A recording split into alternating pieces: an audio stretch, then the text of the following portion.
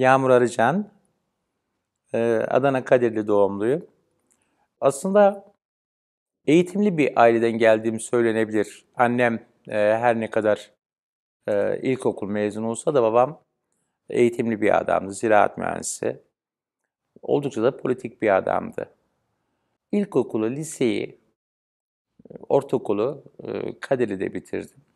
Daha sonra Selçuk Üniversitesi Kimya Mühendisliği bölümünde okudum. Oradan mezunum. Üniversite sonrası bir devlet kurumunda, daha doğrusu isim de verebilirim, Çukurova Birlik'te 8 yıl kimya mühendisliği yaptım. Daha sonra cinsiyet geçiş sürecimi başlattım. Bu süreçte tabii ki istenmedim. Çıkışım verildi. Daha doğrusu yani istifaya zorlandım. Ben kendim istifa ettim. Fakat hani işin acı tarafı, bir taraftan hani devlet tarafından dışlanıp işinden oluyorsun. Fakat o dönemde işte TUMOP tarafından da aslında bir yargı sürecim oldu. Yani o zaman oradaki kaydım silindi. Daha sonra yani meslek hayatım tamamen bitti diyebilirim. Yani kimya mühendisliği benim için sonlandı diyebilirim.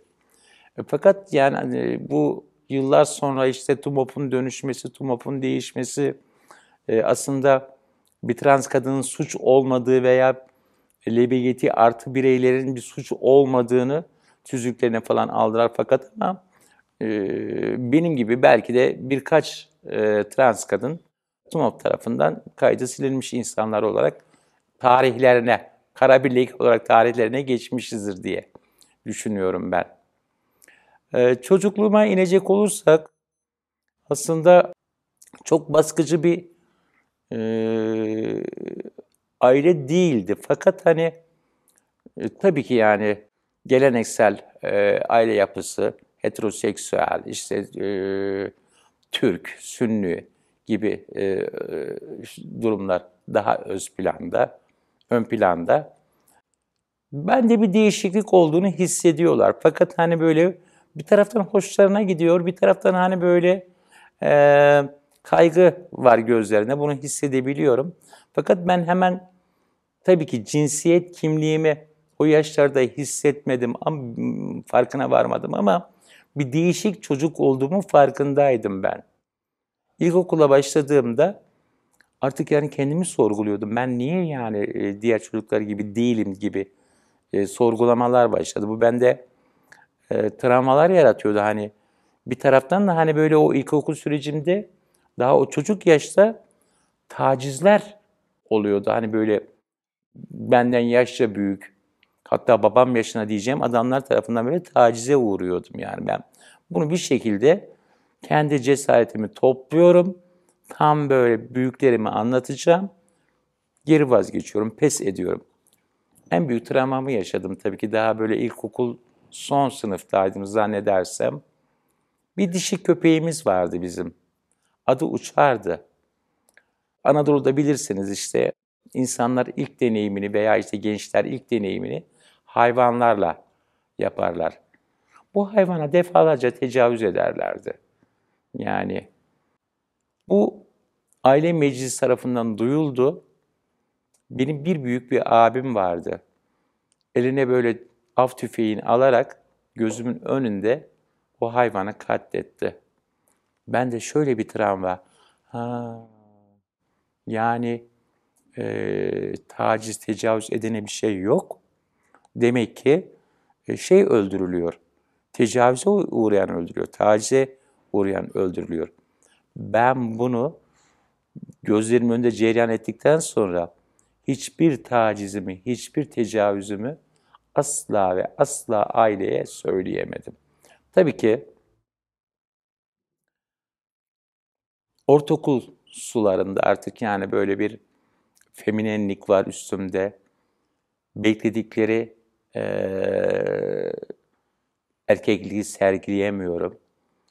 Bu ailede bir kaygı yarattı. İşte psikologlar, psikiyatristler, şunlar bunlar falan birkaç defa da böyle bir şey de duyum almış aile. Hani böyle okulda benim taciz edilişimi, bana farklı bir isim takılışını, okul müdürü şeyi çağırmış, babamı çağırmış. İşte çocukta bir değişiklik var, şu var, bu var. İşte diğer öğrenciler ona Ayşe diyor gibi şeyler üzerinden. Psikiyatri, psikologlar işte defalarca işte benden beklenen erkekliği sergileyemiyorum. Artık yani o kadar böyle ağır gelmeye başladı ki rol yapmaya başladım. Rol yapmaya başladım. Yani ben bir erkek davranış biçimi babamı izliyordum, abimi izliyordum. Onlar nasıl sergiliyor? Ben de öyle bir şey sergilemeye başladım. Bu lise bitene kadar devam etti. Tabii ki yani bu kolay bir süreç olmadı. Bu benim şu anda basite indirgediğim gibi de olmadı. Dayak oldu, işte aileden kötü söz oldu, dışlanma oldu, şu oldu, bu oldu. Fakat yani bir şekilde lise bitti. Üniversite yılları başladı. Üniversite yılları benim için en özgürleştiğim yıllardı belki de. Yani aileden kopmuştum. Yoktu yani aile yoktu. Ben artık orada daha bir özgür davranış biçimi sergileyebiliyordum. Pardon şurayı bir atladım. Ben lise yıllarında böyle bir politik ortamla da tanışmışlığım oldu. Sosyalist kesimle de tanışmışlığım oldu. Sosyalist kesim içinde de böyle bir hem seviliyordum hem işte feminenliğim üzerinden dışlanan bir yerdeydim. Bir gün işte böyle bir öğrenci operasyonunda gözaltına alındım. Cezaevine girdim. Lise yıllarında cezaeviyle tanıştım. Cezaevindeki süreçte insanın en çok canını acıtan şey hani birlikte mücadele ettiğin işte sosyalist arkadaşların tarafından işte sadece feminenliğin üzerinden, senin farklı oluşun üzerinden böyle üstüne bir yafta cezaevinde de bir yalnız hissetme hali. Daha sonra işte üniversite yıllarında daha bir özgür birey olarak böyle yetiştim desem de tabii ki sosyalist yönüm, işte politik yönüm veya o zaman şeyi de bilmiyorum hani böyle bir örgütlenme biçiminin olduğunu da bilmiyorum. Ama İstanbul'da duyuyordum işte İbrahim Erenler, şunlar bunlar falan geçmişte şunu yapmışlar, bunu yapmışlar gibi işte Gezi Parkı'nda işte açlık grevlerinin falan filan olduğunu böyle duyuyordum. Fakat hani LGBTİ artı bireyler nasıl örgütlenir, ne olur, ne gibi falan böyle bir bilince sahip değilim. Bir şekilde okul bitti. Babanın nüfusunda kullanılarak böyle bir Çukurova'ya giriş yaptım. Kimya mühendisi olarak giriş yaptım. Askerlik tabii karşıma bir engel olarak çıktı. Aileden bağımsız ben bir gittim kendime rapor aldım. Yani bu şeyi de etkilemedi aslında. Çalıştığım kurumu da etkilemedi. Yani ben bir askerliğe elverişli değil raporu aldım ama bunun içinde işte cinsiyet kimliği veya işte cinsel yönelim gibi herhangi bir şey yazmıyordu. Sadece askerliğe elverişli değildir üzerinden bir rapor almıştım. Tabii ki içimde bir artık kendimi tanıyordum, biliyordum yani ben bir kadınım. Yani bu kadın zapt edilemiyordu. Hani tabii ki şunu söyleyebiliriz işte kadınlık illaki işte saçla, gözle veya vajinayla olmayabilir. Fakat hani belki de o zaman böyle bir düşünebiliyor olsaydım her halime ben kadınım diyebilirdim. Fakat o işte öğretilmiş de kadın üzerinden saçlarım olsun istedim, memelerim olsun istedim, vajinam olsun istedim. Değişim sürecine girdim, dönüşüm sürecine girdim. Zaten feminenliğimden yılan iş yeri bir de baktılar ki tamamen artık yani bak karşılarına bir kadın geliyor. Bu artık büyük bir çalkantı haline geldi. Pimim şeyi çekilmiş, kalemim kırılmış aslında. Beni bölüm müdürüm çağırdı. İşte durumu izah etti falan böyle. Eğer dedi böyle dedi giyinip dedi gelmeye devam ederseniz dedi sizin dedi şeyinizi vermek zorunda kalacağız işte. İşinizi sonlandıracağız gibi şey. Ben de değişmeyeceğimi, böyle geleceğimi onların alışması gerektiğini, onların beni bu şekilde kabullenmesi gerektiğini söyledim. Müdür bey bir taraftan da hani böyle benim cinsiyet kimliğim üzerindeki nasıl seks yaptığım üzerinden böyle bir merakı var böyle. Anladım ki hani müdür bey bir taraftan da böyle beni beğenen bir tarafı da var böyle. İşte soruyor, muhabbete girdi falan. İşte nasıl seks yapıyorsun falan ben anladım. Dedim madem gidiyorum, kızım sen burada birkaç kişiyi yak da git. Yani tek başına gitme buradan. Müdür beye şunu sordum. Siz dedim en çok dedim sekste nelerden hoşlanıyorsunuz? Dedi işte ben şundan hoşlanıyorum, bundan hoşlanıyorum falan. O bana sordu. Ve erkeğeydim, oral yapmayaydım, bayılıyorum dedim ben. Müdür beyde bir iştahlanma falan böyle. Dedi bana oral yapar mısın? En sevdiğim dedim.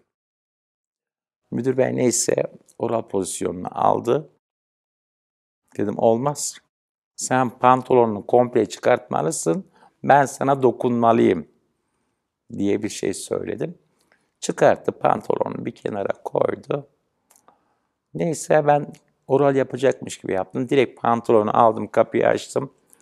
Tüm şeyin işte koridora fırlattım. Dedim beni işten çıkartan dedim ahlak işte bu kadar dedim. Buyurun dedim. Hadi bana dedim eyvallah dedim. Ben çektim yürüdüm gittim. Tabii ki müdür bey tabii ki kendini aklamıştır. Ben arkamda neler oldu neler bittiğini bilmiyorum. Yani geri dönüp bakmadım. Demiştir işte beni zorladı falan filan tehdit etti. Demiştir ona bir şey olmamıştır. Evet yani bir işime son verildi ama yani artık Yağmur şeye de dönemez. Yani aileye de dönemez. Nereye gider? Hiçbir yere gidemez Yağmur. Yani Yağmur nereye gider ki?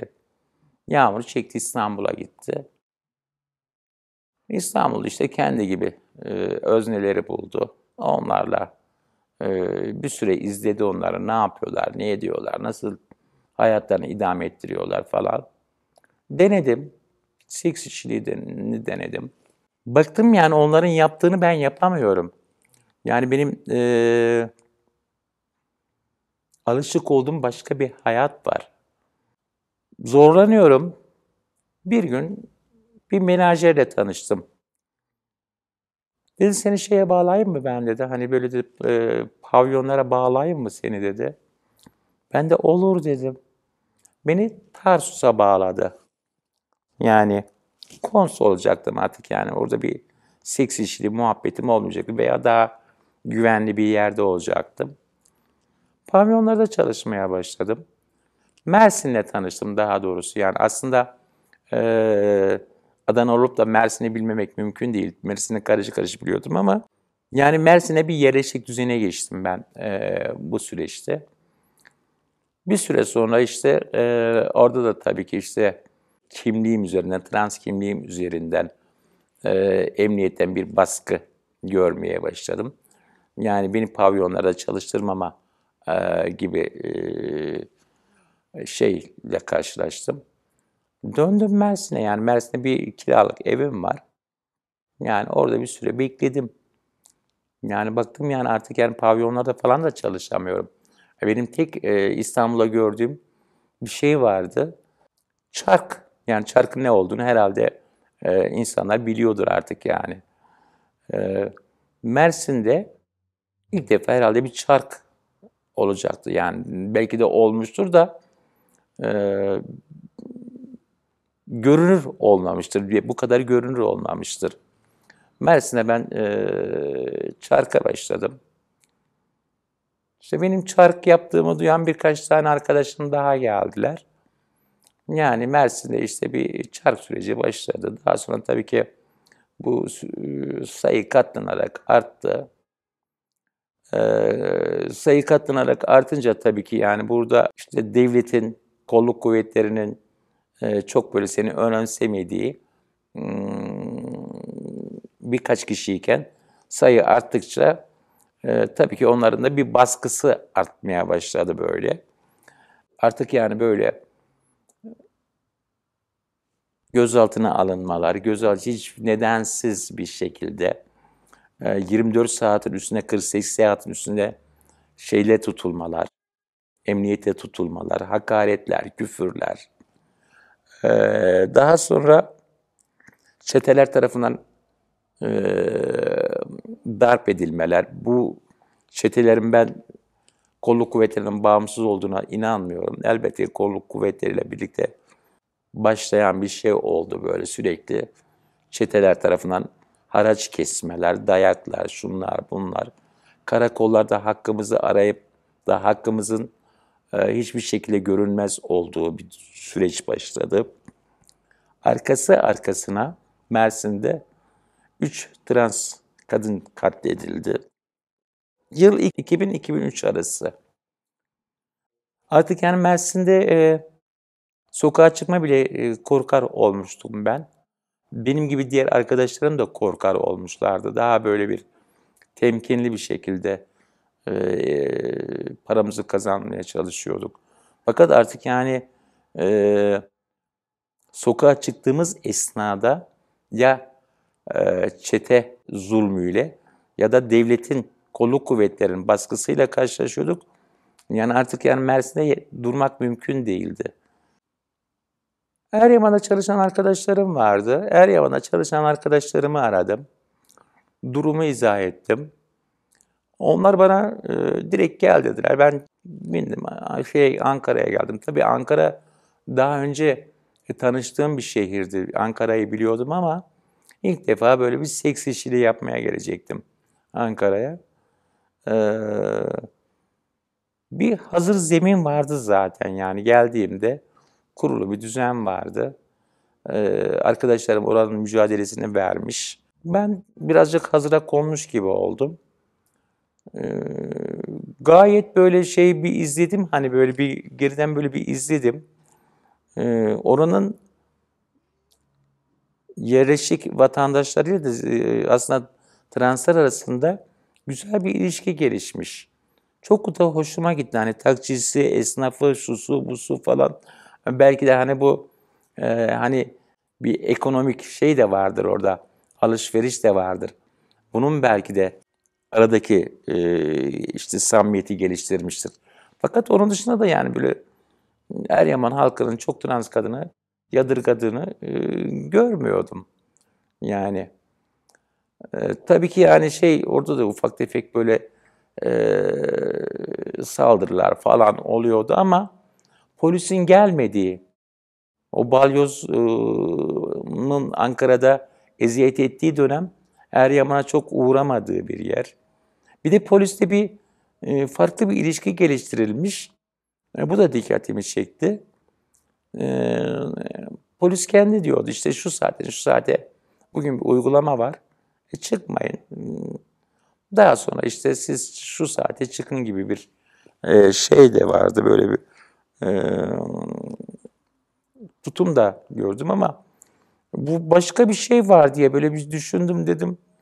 Yani polis bu kadar işte transları kollayıp yapsın falan. Bunun arkasını çok da böyle yapmak istemedim. Belki de farklı bir ilişki vardı. Belki de komiserle bazı özneler arasında farklı bir alışveriş vardı. O da olabilirdi. Çok da üstüne durmadım bunun. Eryaman sürecinde şu söylendi, işte sayı arttı da ondan işte böyle bir durum kaynaklandı. Bana göre değil, yani sayının artması değil. Eryaman bir ranta açıldı. O rantın elit insanlar tabii ki kullanacaktı. Her zaman Eryamanlar bir zamanlar hani böyle orta sınıfın altında diyelim insanların yaşadığı böyle kirasının ucuz olduğu, yaşam şartlarının daha ucuz olduğu bir yerken birden böyle elitizm kokan bir yer olmaya başladı. Tabii ki elitizmin içinde de zaten kirli diye tabir ettiğimiz önce en kirli insanlar kimler? Tabii ki trans kadınlar. Önce onlar gönderilmedi ama şöyle bir şey var. Bizden önce şunu duyuyorduk biz. Ben bunu bir iki defa da böyle bir haber kaynağı falan araştırılırsa okumuştum ben. Bir de duymuştum. Birebir tanıklığım yok ama e, Eryaman çevresinde yaşayan romanlar vardı. Yani önce bu romanların evleri falan yakıldı diye hatırlıyorum ben. Daha sonra işte en onlara göre kirli olan kim gönderilmeliydi? Trans kadınlar gönderilmeliydi tabii ki. Olaylar nasıl başladı? Aslında ufak tefek böyle tabii ki saldırılar vardı. Hatta bazen böyle polis baskısı da olabiliyordu. Fakat bu farklı bir şeydi. Sistematik bir şey başlamıştı, bir saldırı başlamıştı. Ee, Bunun arkasında farklı bir şey olduğunu zaten ben hissettim. Arkadaşlarımla da paylaştım.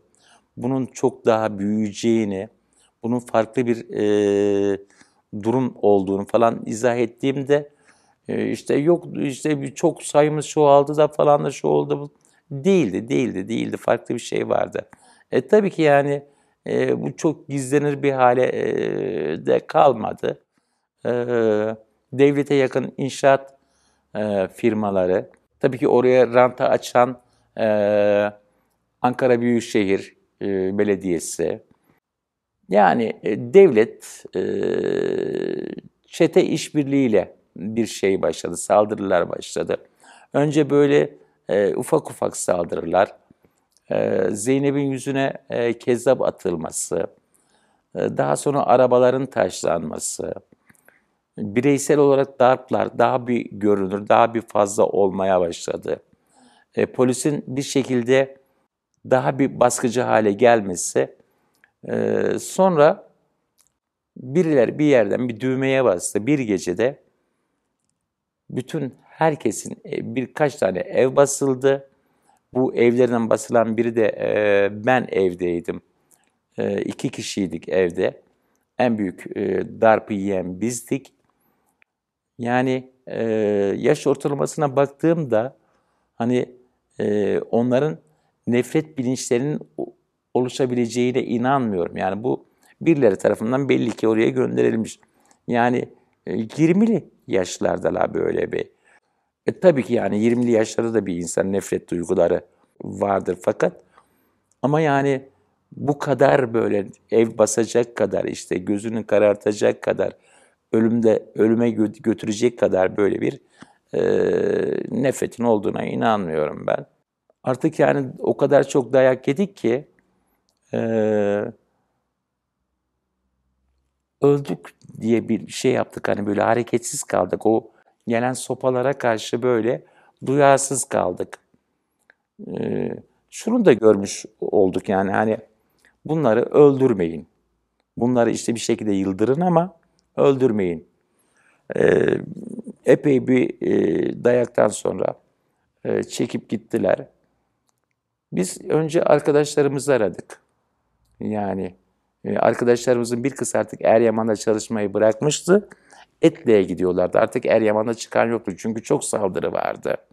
Eryaman'a çıkan yoktu. Fakat evimiz şeydeydi, Eryaman'daydı. Arkadaşlarımız geldi. İşte polisi aradık. Nedense işte e, ilk bilinen adres bizim adres olmasına rağmen polis adres aradığını, evi bulamadığını söyledi. Bir şekilde polis oraya ulaşmadı, gelmedi yani. Nice bir zaman sonra polis geldi. Arkadaşlarımız 3. etap caddesi vardı orada. Orayı kestiler komple yani bir 30 tane trans kadın orayı yolu kesti. Orada bir eylem yapmaya başladılar. Arkadaşım bir tanesi kendinin üstüne benzin döktü. Kendini yakmakla tehdit etti. Tehdit demeyelim de daha doğrusu bir eylem biçimi geliştirdi. O kadar çok polis ekibi var ki, o kadar çok polis var ki onların arasından bizi darp eden çeteler tekrar polislerin arasından geçip arkadaşlar oradaki eylem yapan arkadaşlarımızı dövdüler. Yani artık yani bu gizlenemez bir şey yani. Evet kolluk kuvvetler işte devlet çete işbirliğinin olduğu görüldü yani. Evet yani karakolda işte şikayetimiz, müracaat için gittik. Müracaatımızı yaptık tabii ki yani usulden bir ifade alındı falan böyle. Bizi gönderildi. Kapımız, penceremiz kırık bize. Biz kendi evimizde kalamadık tabii ki. Diğer arkadaşlarımızın evinde konaklayalım. Yarın düşünüyoruz ki şeye döneceğiz hani bir yerlere gideceğiz. Mersin'i en iyi bilen ben olduğum için Mersin'e gitme kararı aldık. Bütün arkadaşlar işte hep beraber Mersin'e döneceğiz. Ertesi gün oldu. Fakat evlerin etrafı sarılmış. Yani çeteler tarafından evlerin etrafı sarılmış.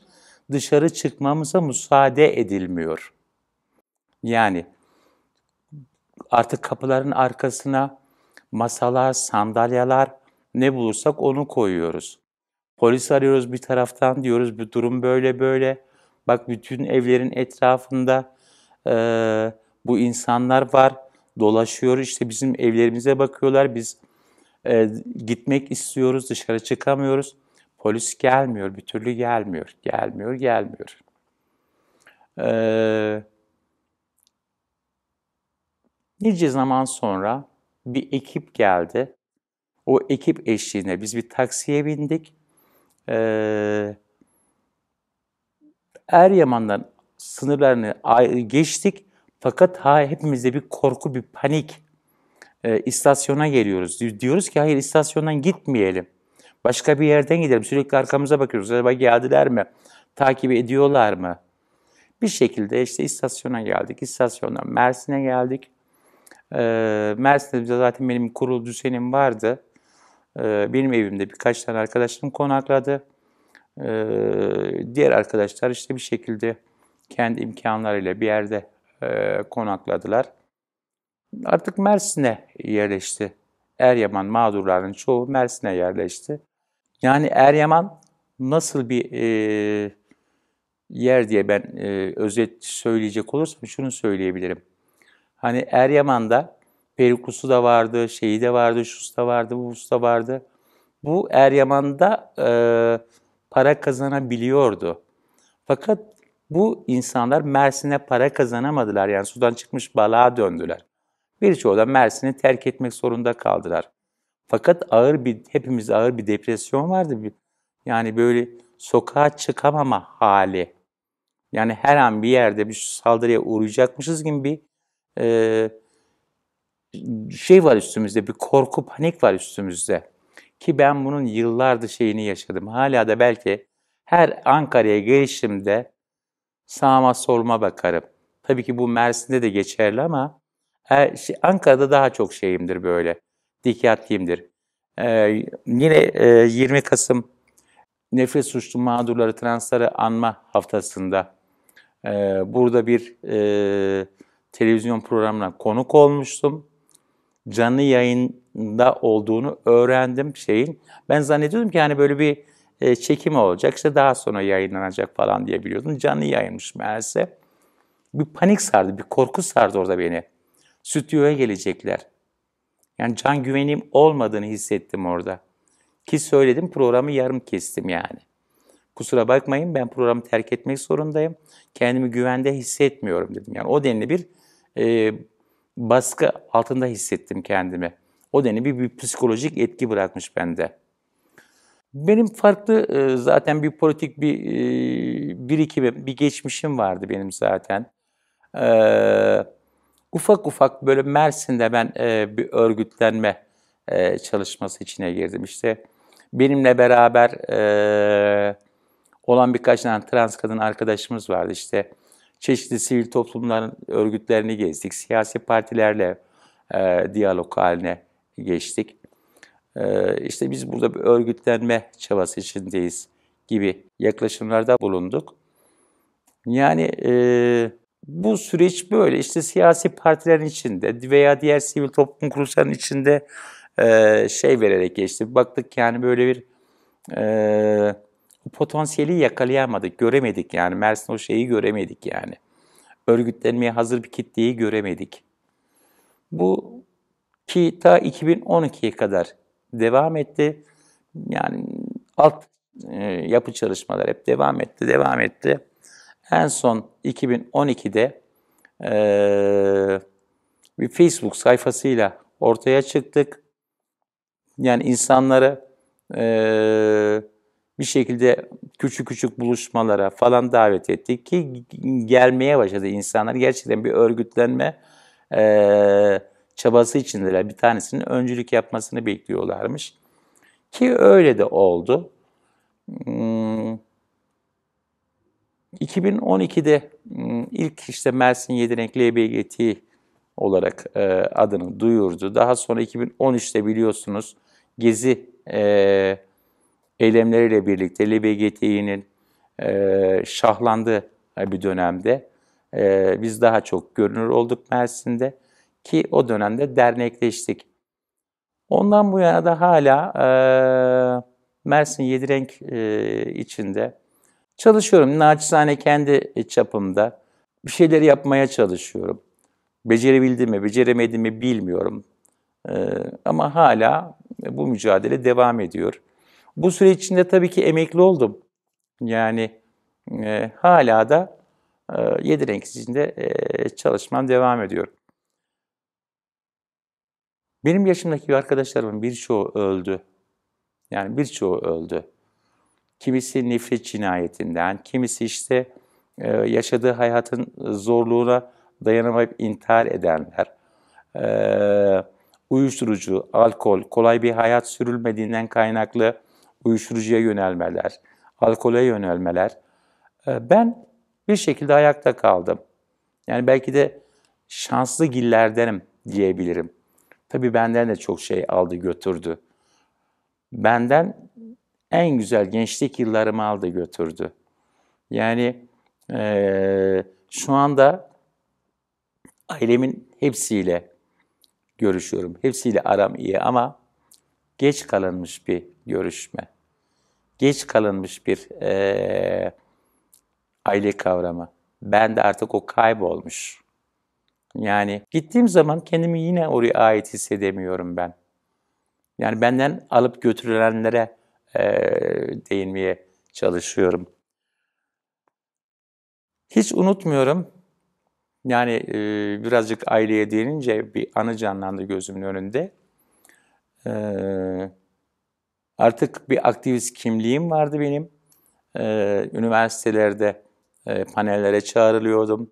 Belirli siyasi ortamlarda sadece LGBTİ üzerinden değil, başka konular üzerinden de böyle şeye çağrılıyordum. Panellere falan çağrılıyordum. Çukurova Üniversitesi'nde psikoloji topluluğu bölümünün düzenlediği bir panel vardı. O da ben de konuşmacıydım. Abim seyircilerin, dinleyicilerin arasındaymış. Benim konuşmam bitti. Soru cevap kısmına geçti. Oradan bir tanesi el kaldırdı. Oradaki konuşan dedi benim dedi kardeşim. Ben bir baktım böyle bir yani garip oldum böyle. Yani beni dedi affeder mi dedi şeyin içinde. Duygulandım ben yani. Yani duygulandım derken bir tepki veremedim. Affetme, tabii ki affedemedim yani. Affedemedim. Yani benim gençlik yıllarım gitmiş. Yani ben ezilmişim, bükülmüşüm. Yani benim bir toplum tarafından böyle alkışlanıp bir yere konduğum zaman mı ben senin kardeşin oldum? Ben en çamuru gördüm. O zaman ben de senin kardeşin olmak isterdim. Yani böyle bir anı. Söylemek istediğim şu, hani tarihe baktığımız zaman ülke sokaklarda yaşandı bu. Bu bir dönem çok ses getirmese, medyaya düşmese de Mersin'de yaşandı. Anadolu'nun herhangi bir kentinde yaşanıyor bu. Yani Esat, Eryaman, bugün Boğaziçi. Yani bu hiç bitmeyecek. Yani Şöyle söylemek isterim. Yani devlet sürekli kendini var edebilmek için, sürekli kendini ayakta tutabilmek için bunu hep yapacaktır. Fakat biz hep direneceğiz. Ben şuna inanıyorum. Bir zamanlar hani bizim ilk başladığımız yıllarda LGBT artı harekatı yalnızdı. Artık LGBT artı harekatı yalnız değil. Feminist kadınlar var yanımızda. Başka sivil toplum örgütleri var yanımızda. Siyasi partiler var yanımızda. Tam anlamıyla olmasa da varlıklarını hissedebiliyoruz. Sosyalist grup her ne kadar da etine kemiğine kadar içselleştiremese de bir destekçimiz var artık diyorum ben. İnsanlar dönüşecek diyorum. İnsanlar değişecek diyorum. Tabii ki devletler de değişecek diyorum. Muradımız hiç devlet olmasın ama galiba biz o devlet olmayan tarafı hiç görmeyeceğiz. Belki bizden sonraki nesil de görmeyecek. Ama ben bir gün inanıyorum ki bu şiddet bir gün son bulacak. LGBT artı harekatı özgürleşecek diyorum. Teşekkür ediyorum.